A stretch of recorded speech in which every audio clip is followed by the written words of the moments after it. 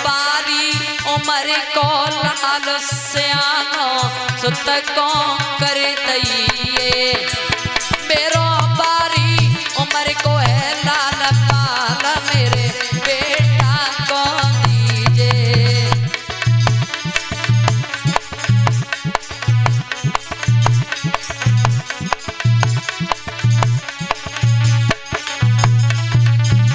महाराज अरे गंगा सुन ले ओ बचन,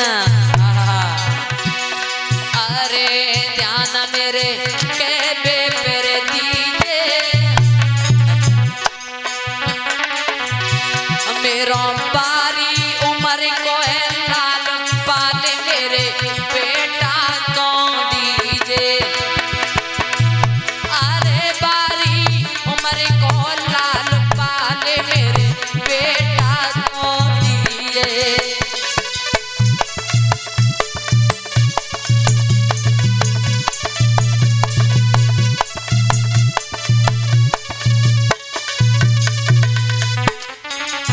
और महाराज जवाब दिया, अरे सियानो सुत को कर जाइए। अरे सियानो सुत को कर जाइए।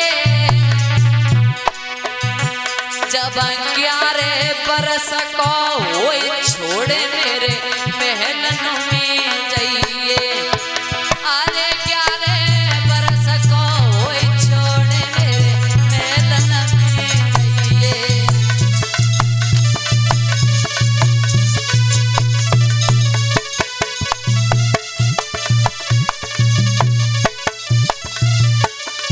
महाराज जवाब दिया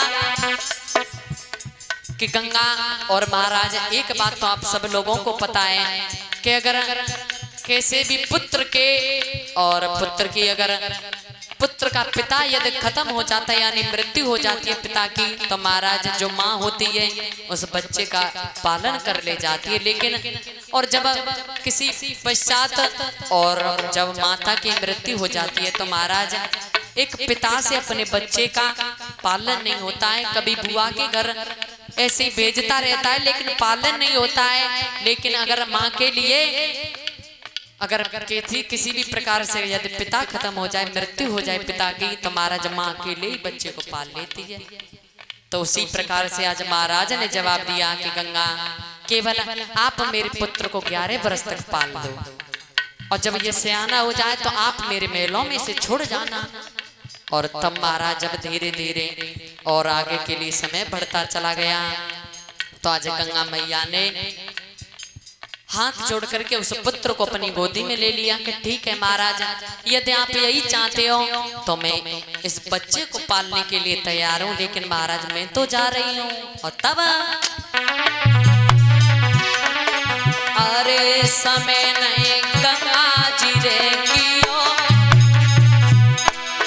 अरे समय नहीं गंगा जी ने कियो। अरे राजा की सुन के बात लला सोई गोदी ले लिया।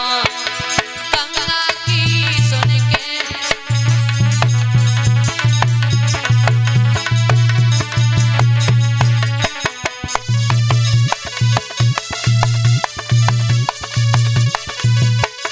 महाराज ध्यान रखना,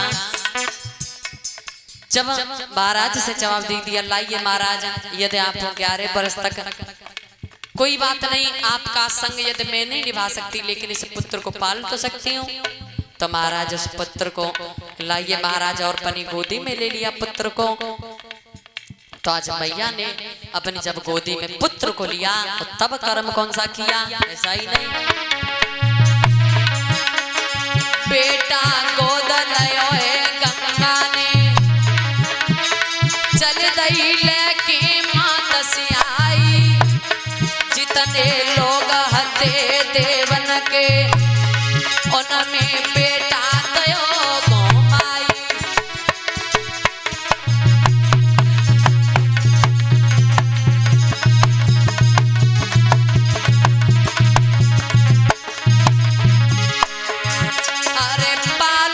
पोषण खूब करो